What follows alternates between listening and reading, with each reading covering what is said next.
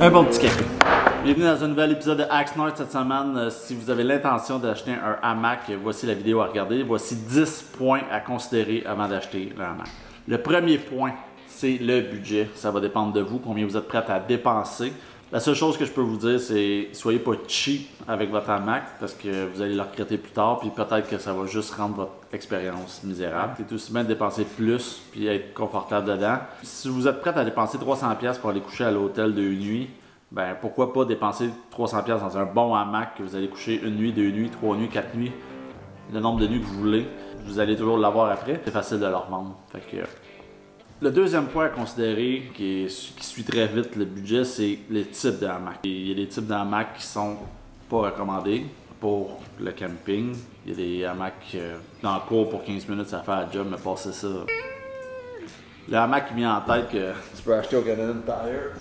C'est un hamac comme ça. Je l'ai acheté, je l'ai utilisé une fois, puis je me suis dit, ben, peut-être que mes enfants vont le réutiliser parce que moi, je fais pas la job. L'autre type de hamac, c'est les hamacs qui viennent dans une caisse de bière Corona. Oublie le projet. Passer 5 minutes, t'es même pas confortable dedans. Après ça, t'as les hamacs qui disent que tu peux passer une nuit dedans, mais que je déconseille. Le premier, c'est celui du Decathlon qui est vraiment pas cher, mais il est vraiment pas confortable pour une nuit au complète. De la misère à coucher en diagonale dedans. Puis il est très court, fait que tu fais la banane dedans. Moi, je le déconseille. Un autre qui est moins pire, c'est celui de Inno. Il y en a beaucoup qui passent des nuits dedans.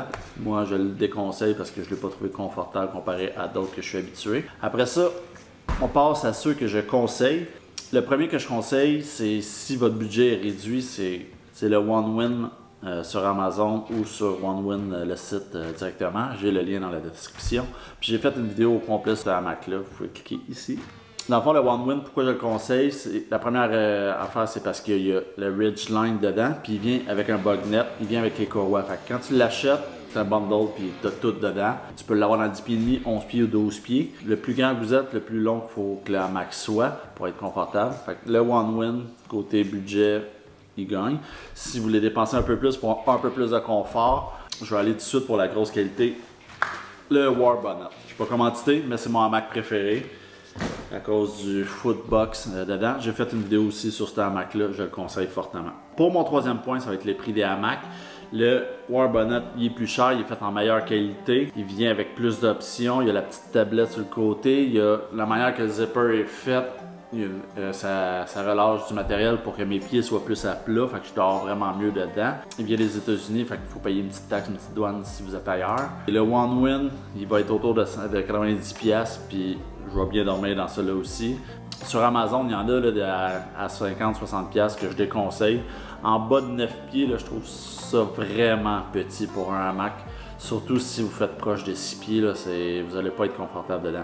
Quatrième point à considérer, c'est votre intention. Si vous avez l'intention de l'utiliser une nuit, si vous avez l'intention de faire de la randonnée avec, vous allez vouloir un hamac plus léger. Si vous avez l'intention de juste passer un peu de temps dedans au camp, mais pas de passer la nuit dedans, ben, peu importe le hamac, c'est pas grave. C'est sûr que si vous voulez dormir plusieurs nuits d'affilée dedans, mais le sommeil dans une randonnée, c'est ce qui change toute ton expérience en camping. Investis là-dessus, tu sais. Mon cinquième point à considérer, c'est l'endroit que vous allez en faire. Nous, ici au Québec, tu n'as pas le choix d'avoir un moustiquaire avec ton hamac, à moins que tu en fasses les températures bien froides, parce que sinon, tu vas te faire manger par les bébites. Fait que si vous en faites dans une place qu'il y a beaucoup de bébites, ça prend le bug net, sinon, peut-être que vous pouvez vous en sortir s'il n'y a pas beaucoup d'insectes où ce que vous êtes. Le sixième point à considérer, c'est le confort quand vous achetez un hamac. Moi, je suis 6 pieds 1. Je considère que j'ai besoin d'un hamac de minimum 11 pieds ou plus pour être confortable. Mon OneWin, c'est un 12 pieds. Mon Warbonnet, c'est un 11 pieds. Les deux, je suis confortable. Si vous regardez sur Amazon, vous allez voir qu'ils sont plus courts. Fait qu'il y a moins de matériel, c'est comme ça qu'ils sautent sur le coup. Fait que vous êtes aussi bien d'aller plus long pour être plus confortable. Une bonne nuit de sommeil, tu vas être bien plus heureux le lendemain de te réveiller, tu vas avoir une meilleure expérience. Tout dépendamment de votre grandeur, ça se peut que vous êtes une petite personne puis que pour vous un 9 pieds et demi ça suffit. Ça se peut que vous êtes moins princesse que moi puis que pour vous ça suffit. Moi je suis princesse, j'aime mon confort. Quand je me réveille d'une nuit dans le bois, ben, j'ai le goût de bien me réveiller puis d'avoir bien dormi. Puis ça passe par la longueur du hamac. Septième point, les accessoires. Par exemple, Ridgeline sur un hamac, c'est très important pour garder le sag dans le hamac. Si vous achetez un hamac qui ça dit que c'est de la paracord comme Ridgeline, ben c'est de la merde.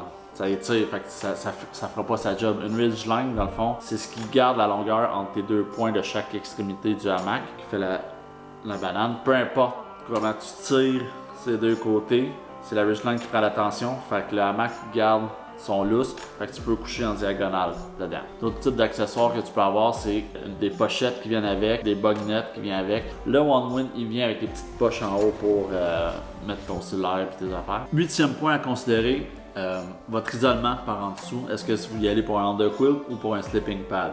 Si vous y allez pour un sleeping pad, l'avantage c'est que si jamais vous ne trouvez pas d'arbre pour accrocher votre hamac, ben vous avez un sleeping pad pour dormir à terre. Si vous mettez un sleeping pad dans votre hamac, je vous conseille fortement d'acheter un hamac qui a double layer. Quand vous mettez votre sleeping pad en dedans de votre hamac, entre les deux layers, quand vous couchez dessus, même si vous bougez, le sleeping pad va rester à la même place. Essayez de dire sleeping pad 4 fois de suite. Ça fuck, hein? 9e point à considérer, c'est ce qui vous isole par-dessus. Sleeping bag, top quilt ou une couverte de laine. Personnellement, je préfère le top quilt en duvet qui prend pas de place dans le pack-sac. Quand vous couchez, vous n'avez pas le zipper tout le tour. Si vous savez pas c'est quoi la différence entre un top quilt ou un sleeping bag, regardez ma vidéo, j'en ai fait une. Même quand je dors avec un sleeping bag, je le zippe pas. Fait que je m'en sers comme couverte pareil. Couverture de laine, ça fait un petit peu plus minimaliste. Moi, personnellement, je trouve pas ça confortable, mais je suis princesse.